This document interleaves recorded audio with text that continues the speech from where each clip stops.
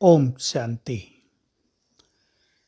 हमारा 5000 वर्ष का ये वर्ल्ड का ड्रामा, हमारी लंबी यात्रा, पुनर्जन्म लेते लेते ये यात्रा अब हमने पूर्ण की, अंतिम समय आकर पहुंचा है और सभी आत्माओं को वापिस अपने धाम जाना है जहां से हम आए थे।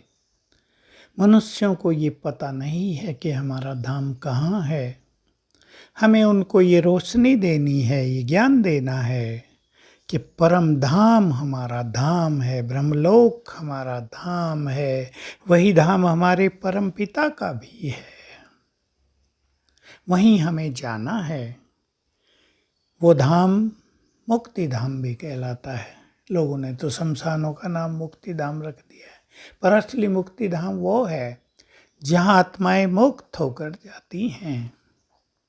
बहुत लोग, बहुत सन्यासी विद्वान ये मानते ही हैं कि जब आत्मा मुक्त हो जाएगी तो अपने परम पिता के पास जाकर रहेगी परम आनंद में। कुछ लोग ये भी मानते हैं कि वहाँ कोई अनुभव नहीं होगा, आनंद भी नहीं होगा, डीप साइलेंस होगी। दोनों ही मान्यताएं कहीं ना कहीं सत्य हैं। हम परम धाम में जाकर बैठेंगे अपने परम पिता के पास, उसके वाइब्रेशंस में रहेंगे तो निश्चित रूप से परम शांति भी होगी, परम आनंद भी होगा, डीप साइलेंस भी होगी। तो हमें इसके लिए अपनी तैयारी करनी है कि हम सब कुछ छोड़कर, चारों ओर से अपने ममत्व मिटाकर, देहधारियों से लगाव छोड़कर, आत्मिक स्वरूप में स्थित होकर अशरीरीपन का बार बार अभ्यास करते हुए बॉडीलेस होकर सहज भाव से बाबा के साथ हम अपने घर वापस जाएंगे तो सब, जो लोग महापापी हैं, आतंकी हैं, वो भी जाएंगे और पवित्र आत्माएं भी जाएंगी, महात्माएं भी जाएंगे, पुण्य आत्माएं भी जाएंगी। लेकिन कौन कैसे जाता है? एक व्यक्ति अपने घर की यात्रा कर रहा है। आपने देखा जब कोरोना था, बॉम्बे से अनेक जगह से लोग अपना सामान सिर पर उठाकर पैदल चले तो वो भी घर की ओर थे, परंतु उन्हें कितना कष्ट हुआ था।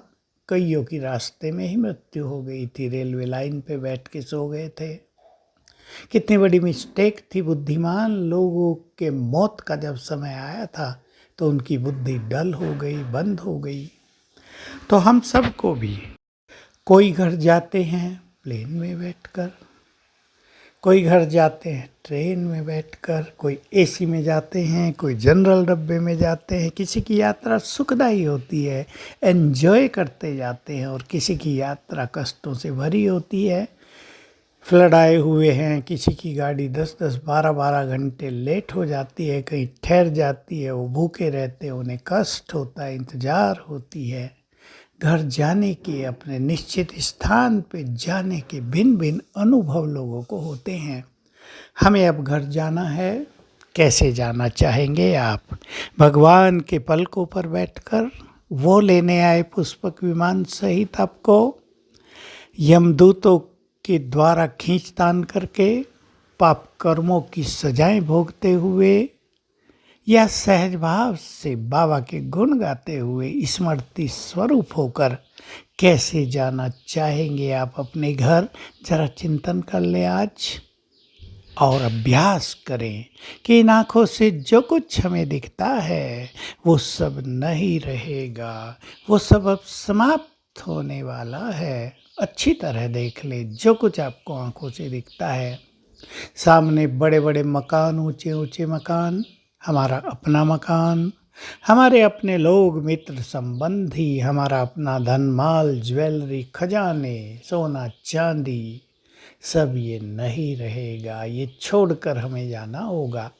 इसलिए ज्ञानी और बुद्धिमान आत्माओं का ये कर्तव्य है कि वे इनसे जीते जी अपना ममत्व निकाल दें। और ममत्व निकालने का एक ही तरीका है कि ये सब प्रभु अर्पण कर दें। उसे हमारा सोना या मकान नहीं चाहिए, मन से कर दे, हे शिव बाबा ये सब आपका है, आपने ही दिया है, आपको अर्पित।